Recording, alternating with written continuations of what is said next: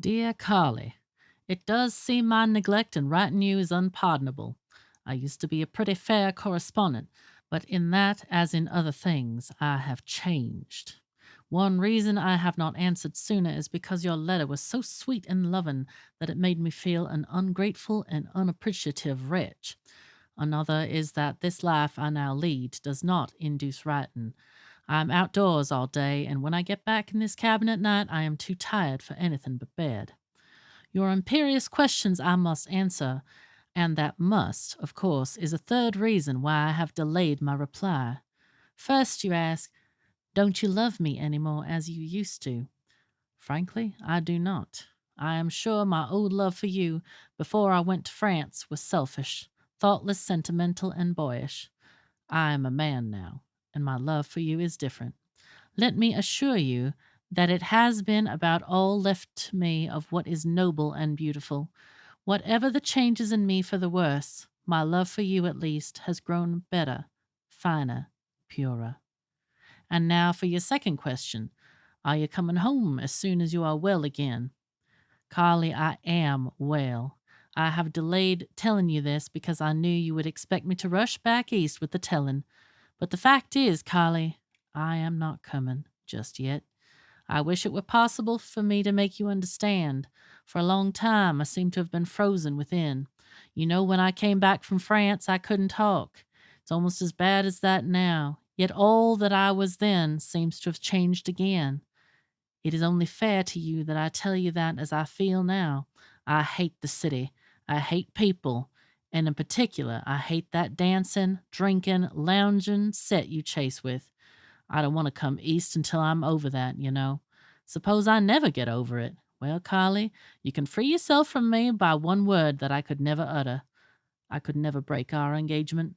During the hell I went through in the war, my attachment to you saved me from moral ruin, if it did not from perfect honor and fidelity. This is another thing I despair of making you understand. And in the chaos I've wandered through since the war, my love for you was my only anchor. You never guessed, did you, that I lived on your letters until I got well. And now the fact that I might get along without them is no discredit to their charm or to you.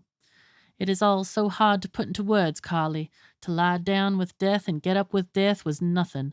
To face one's degradation was nothing.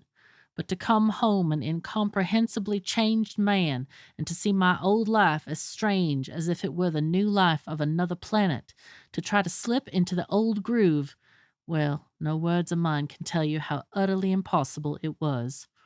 My old job was not open to me, even if I had been able to work. The government that I fought for left me to starve. The government that I fought for left me to starve, or to die of my maladies like a dog for all it cared. I could not live on your money, Carly. My people are poor, as you know. So there was nothing for me to do but to borrow a little money from my friends and to come west. I'm glad I had the courage to come. What this West is, I'll never try to tell you because, loving the luxury and excitement and glitter of the city as you do, you'd think I was crazy. Getting on here in my condition was as hard as trench life. But now, Carly, something has come to me out of the West. That, too, I'm unable to put into words. Maybe I can give you an inkling of it. I'm strong enough to chop wood all day. No man or woman passes my cabin in a month. But I'm never lonely. I love these vast red canyon walls towering over me, and the silence is so sweet. Think of the hellish din that filled my ears. Even now, sometimes, the brook here changes its babbling murmur to the roar of war. I never understood anything of the meaning of nature until I lived under these looming stone walls and whispering pipes.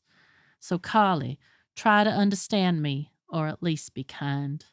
You know they came very near writing, "Go on west," after my name, and considering that this out west signifies for me a very fortunate difference, a tremendous difference. For the present, I'll let well enough alone. Adios. Write soon. Love from Glenn.